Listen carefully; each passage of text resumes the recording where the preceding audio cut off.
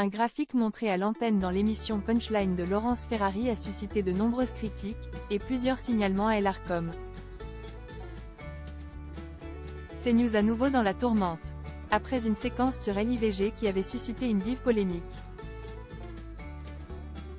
Aymeric Pourbet dans l'émission Enquête d'esprit avait associé l'avortement et la mortalité dans le monde, cesse désormais autour d'une sondage pour les élections européennes d'être pointé du doigt. Dans Punchline présenté par Laurence Ferrari ce lundi 8 avril, la journaliste a présenté un graphique des résultats d'un sondage baromètre Opinionway pour CNews à l'antenne. Une infographie faisant apparaître les intentions de vote pour toutes les têtes de liste aux élections européennes. Toutes, sauf Raphaël Glucksmann, candidat du Parti socialiste qui arrive en troisième position des sondages avec 12%, et l'écologiste Marie Toussaint, qui compte 7% des intentions de vote. Une démarche contraire à l'obligation de sincérité. On peut pourtant bien distinguer le candidat du Rassemblement national Jordan Bardella, avec ses 29%, et Valérie Hayer de Renaissance à 19%, puis le candidat Les Républicains François-Xavier Bellamy qui arrive à 8% des intentions de vote, Manon Aubry, candidate de la France Insoumise, avec 7%, à égalité avec la représentante de Reconquête. Marion Maréchal, et enfin, le communiste Léon Desfontaines, avec 2% des intentions de vote. Ainsi, les deux principaux candidats de la gauche ne sont pas affichés.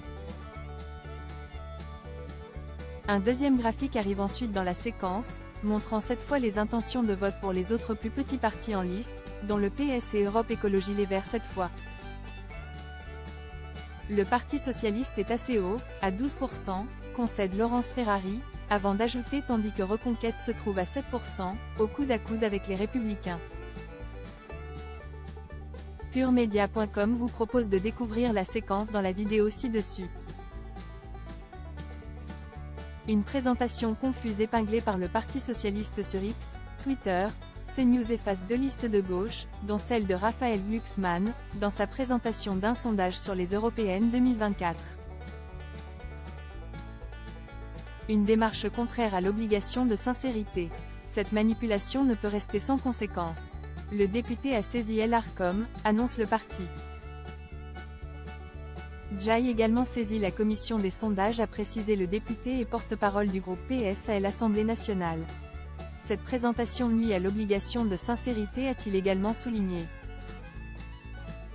L'écologiste Sophie Taillé-Polian, membre de la commission d'enquête sur la TNT, a également annoncé saisir le gendarme de l'audiovisuel.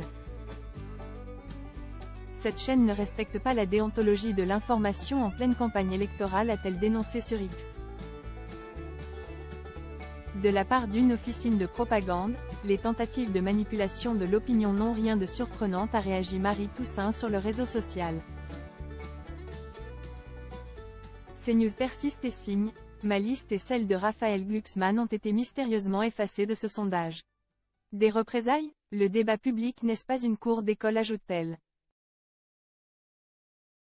L'écologiste et la tête de liste du PS ont tous les deux refusé de participer à un débat sur CNews organisé 30 mai prochain, en amont des élections européennes, qui auront lieu le 9 juin.